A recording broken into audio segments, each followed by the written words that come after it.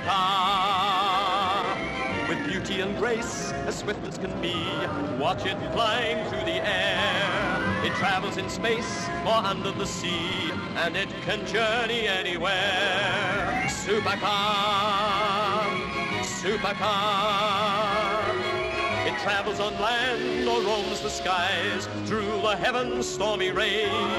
It's Mercury manned and everyone cries, it's the marvel of the age. Supercar, Supercar, Supercar!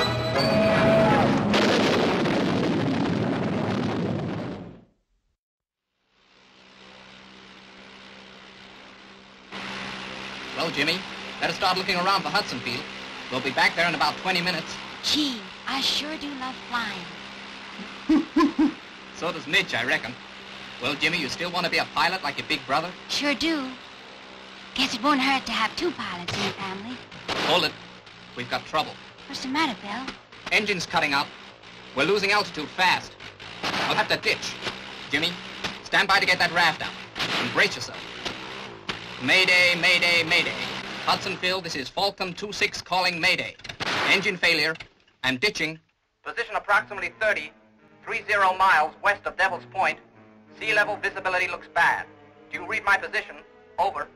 Roger. Organizing helicopter rescue. Over. Roger, Hudson Field. Impact in 30 seconds from now. Falcon 26 out.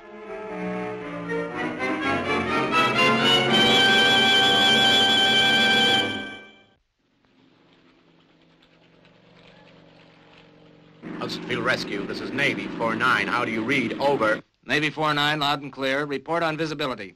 Rescue Hudson Field, visibility fair. Heavy ground haze in places. Over.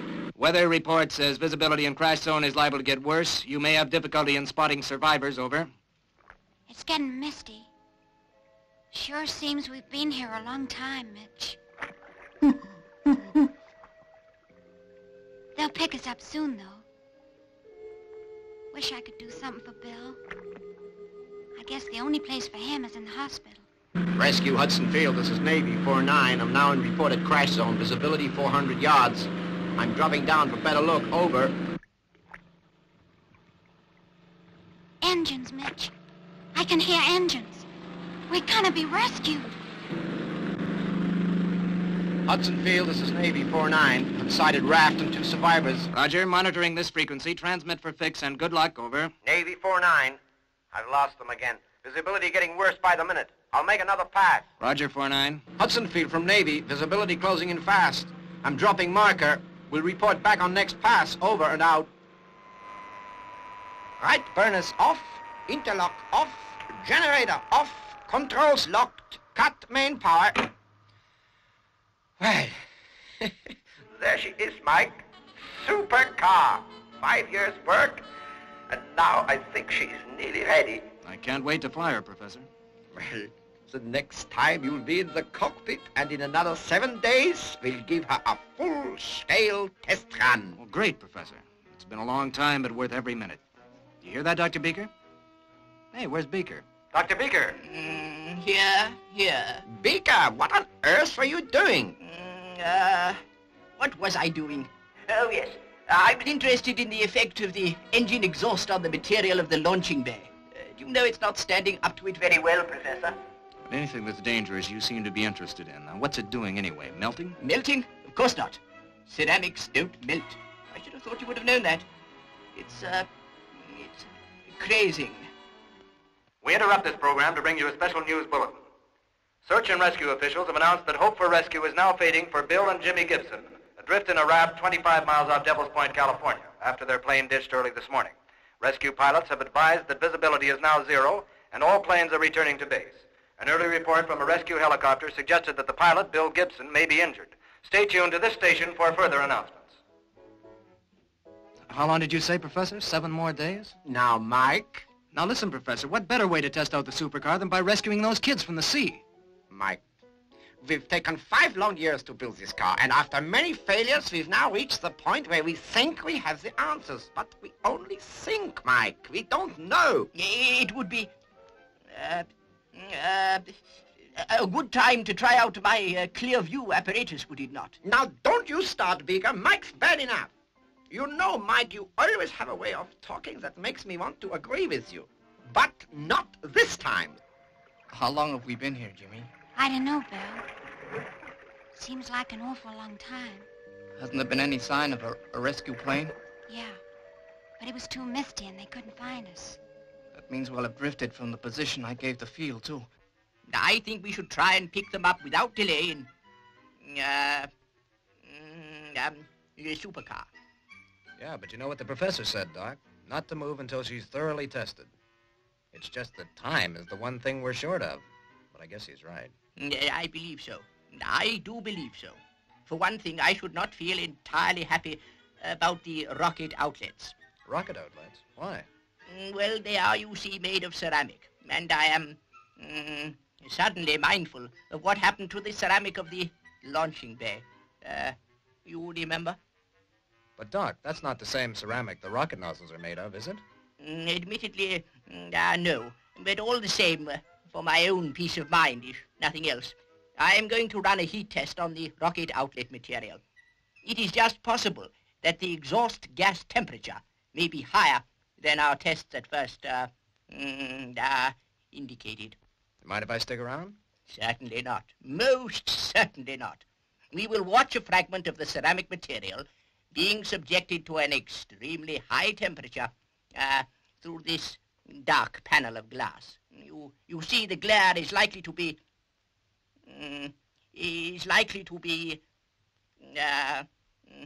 severe.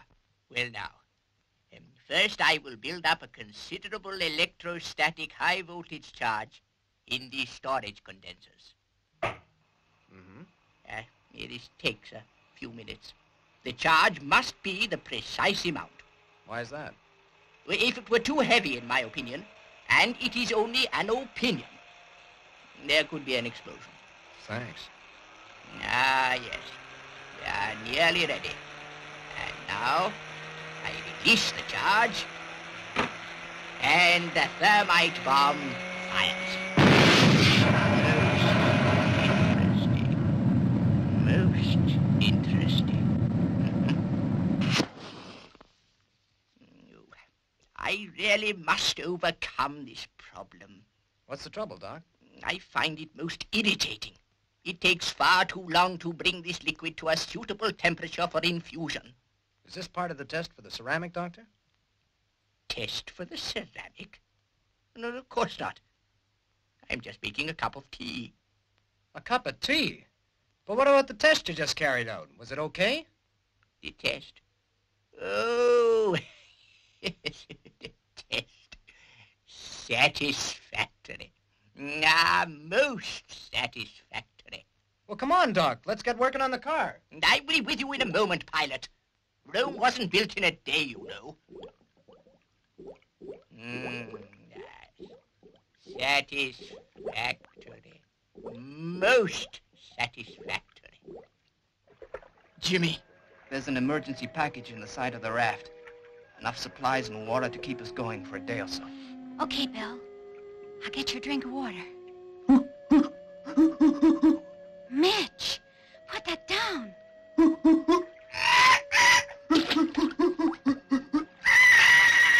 Oh, gee, Mitch. Now look what you've done. Now we've got no food or water. Stand by to test wing retraction.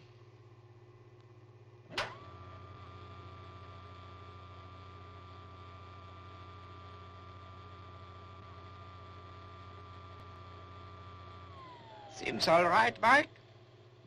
Got to be sure, though. How about cockpit pressurization? Ready when you are, Professor. Testing cockpit pressurization now. Yeah, that seems okay. Okay by you, Dr. Beaker? Oh, yes, Mike. That seems to be in order. I read 1 atmosphere. Is that what you have, pilot? On the button, Doctor. Well, that is very satisfactory. I'm beginning to think we could run a full-scale flight test in 5 days. What do you think? I'm glad to hear you say that, Professor. But as you say, we've got to be sure. By the way, anything new over the radio? I guess not, Professor. Why? Oh, nothing. I was just wondering whether they've picked up those two in the raft yet. That's all. I doubt it. I reckon they must be feeling pretty low by now. Wish Mitch hadn't dropped our emergency pack overboard. Nothing we can do about that. It wasn't his fault. He didn't know. We'll just have to hope the rescue boys turn up soon, that's all.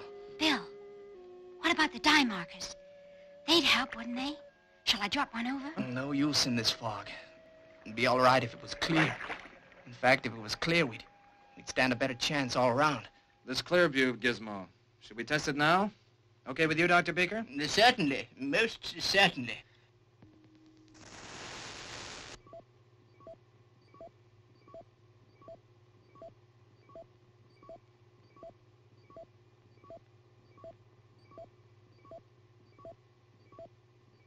Here goes, then. Smoke generator on. No smoke. That's funny. Dr. Beaker, we don't seem to have any smoke. No smoke? Well, now who's a fool? What's wrong? A small miscalculation. Professor, I have omitted to remove the, safety cap. 1 second.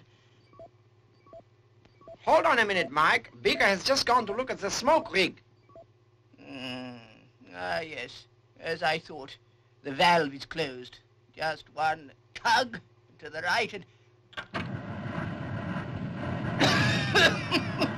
Well, now's the time to see if the clear view works. Switching to clear view now, Professor. Yes, Mike, I can see Beaker clearly. But I don't think Beaker can see much. All right, Doctor. Starboard 3 paces. Half ahead port. There. You should be all right now. I guess this means that Gizmo's passed the practical test, eh? Satisfactory. Most satisfactory. What do you think, pilot? 4-0, Doctor. Good for your brainchild, Beaker. Shall we try the navigational video map too? Sure thing, Professor. Selecting video plan now. Video plan working. We'll switch back to clear view. I reckon you could see a raft in the sea through the thickest fog. I only wish we could use it to rescue those kids. You never give up, do you, Mike? You make it very difficult for me to say no. Oh, that's okay, Prof. I understand how you feel. 5 long years of experiments and hard work on the supercar, and Now I'm trying to rush you into a rescue flight. Oh, I don't blame you for refusing. Who's refusing, Mike? What's 5 years as compared to 2 lives? You still want to go? Well, sure, I still want to go. But we got to work fast if we want to find them alive. Well, if we get down to it, work all night, we may have Supercar ready by dawn.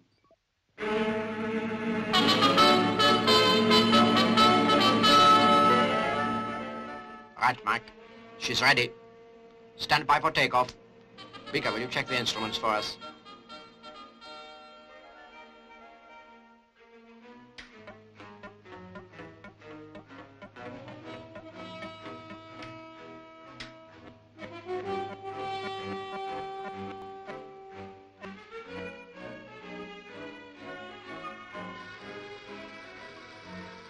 Good luck, Mike. Here we go. First time I ever sat in this thing on full boost. Charging port engine. 5,000. 7,000. 9,000. 11,000. 13,000. 14,000. 15,000. Interlock on. Correct, Beaker. Will you confirm, please? Yes, indeed. It's all correct here. Fire 1. Charging starboard engine. 5,000. 7,000. 9,000. 9,500. There's trouble, Professor. I can't hold off much longer. Mike, what does she read now? Still 9.5. I'm switching over to standby. Still reading 9.5. She's overheating. Mike, cut the engines and get out. I I think I have a suggestion. Well, let's have it then, quick. But I think, now I only think, mind you, that if you were to try turning the starboard engine air-feed pressure line on and off in quick succession, you might succeed in clearing it. But it's only a theory. Okay, theory it is. Here goes.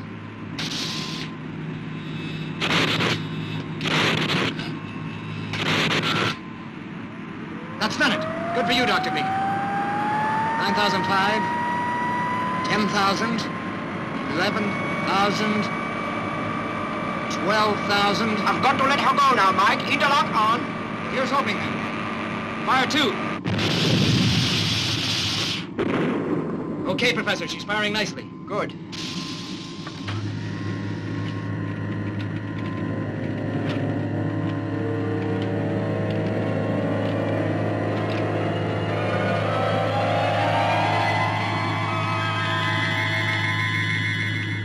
Whenever you like, Mike. Main doors open. Half boost. So far, so good. Selecting vertical takeoff now. No chances now, Mike. You know me better than that, Professor. Let her go. Full boost.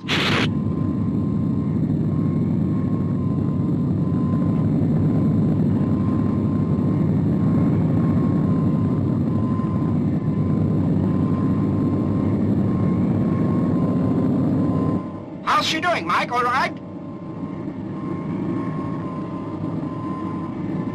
Unsteady. Let's scare a side slip. I'll change to horizontal flight plan. Then the wings will give you a bit more lateral stability. This is the real test.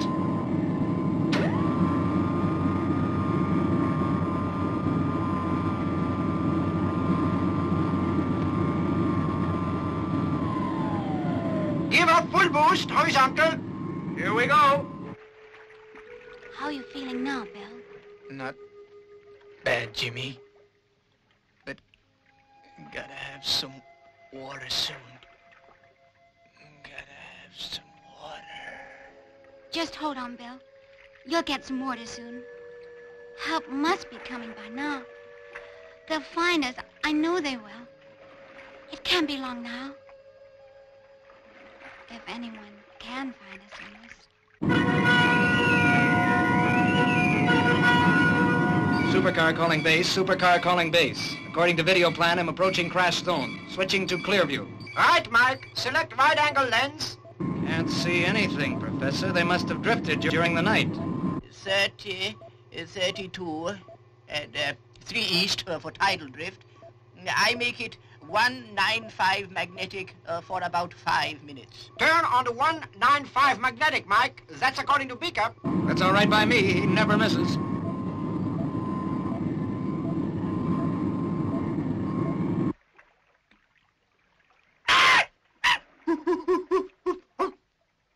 What is it, Mitch? Can you hear an airplane? Gee, Mitch. I can't hear anything. Wait a minute, though. But it's nothing like airplane engines. You're right. There's a noise straight above us. Hey, it's funny. Sounds like something from another world. We must both be dreaming, Mitch. Altitude 1,500 feet. Sunny and clear up here, but heavy fog below me. Am I at your calculated position, Doc? According to my computations, yes. I'll lose a little altitude then. At this height, I could even miss them with the clear view. Cutting horizontal drive. Altitude 1,100 feet. Hey, it's real thick here. No wonder rescue couldn't find them. Switching to clear view now. Watch your monitor, Dr. Beaker, and keep your fingers crossed. There they are, Mike. It's a good picture.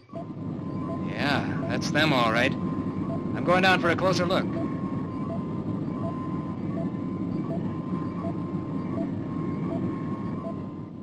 Mitch! Mitch! What is it? I'm scared. Supercar to base, now flying in heavy mist, preparing for landing on sea.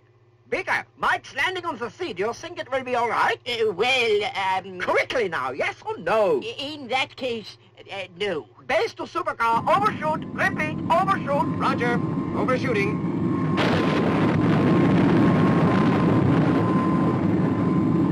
Oh, look here, pilot. You can't make a normal approach. The supercar's hull may not stand it. Make a vertical descent. Yes, sir, Dr. Beaker.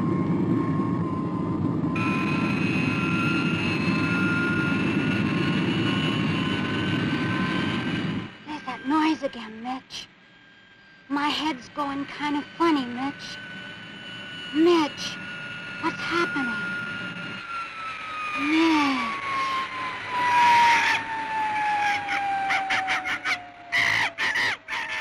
Okay, I'm alongside the raft. Vicar, I will turn the switch on the horizontal gyros. It will help hold him steady in the water. Is that altogether wise, Professor? What do you mean, Vicar? It may cause supercar to rotate in the water. Poppycock!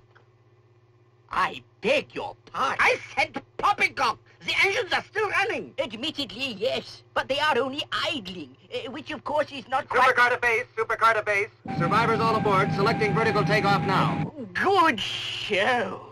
Good for you, Mike. How are they? I've got the pilot in the back. I think his leg's broken. The boy's okay, but I guess he's out for the count. How are you feeling now? There's no need to worry. You're safe. Everything's going to be all right. Where am I? And where's my brother, Bill? Don't you worry about him. He's all right. He's in the next room, asleep. He's not hurt bad, then. Doc says he's going to be all right. You've done very well, Jimmy. But I don't understand. I was in a raft, and I was dreaming that a funny kind of plane or ship or something I'd never seen before. Well, it came down and it picked us up. Tell me, Jimmy, was it something like this?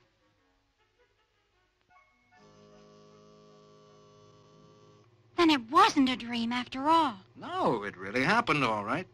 The professor here took 5 years to build that. What is it? Well, we call it Supercar. Supercar? Boy, is that it? Yeah, that's it. I'm glad you like it, Jimmy boy, because as soon as you're well enough, you're coming up with me for a ride in it. Thanks. Hey, I almost forgot. Where's Mitch? Hey, you wouldn't by any chance be talking about that monkey, would you? Because if you are, he's okay, too. I sure am glad to hear that. Can I see him? Sure you can. Now, the last time I saw him, he was, I say, you know,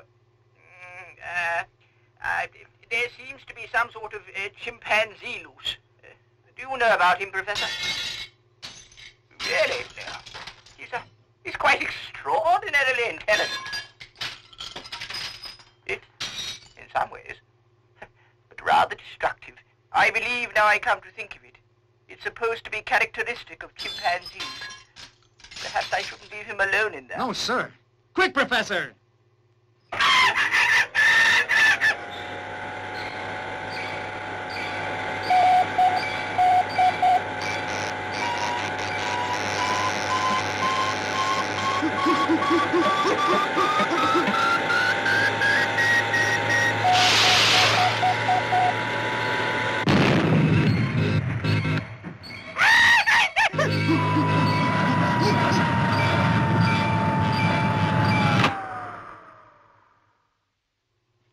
I say, is everything all right?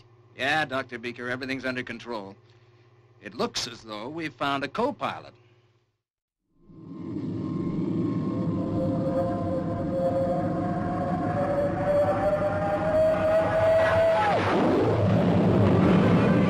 Supercar, supercar, with beauty and grace, as swift as can be. Watch it flying through the air.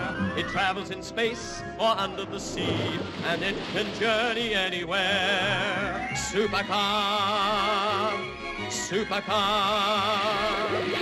It travels on land or roams the skies, through the heavens' stormy rage. It's Mercury manned and everyone cries, it's the marvel of the age. Supercar, supercar, supercar!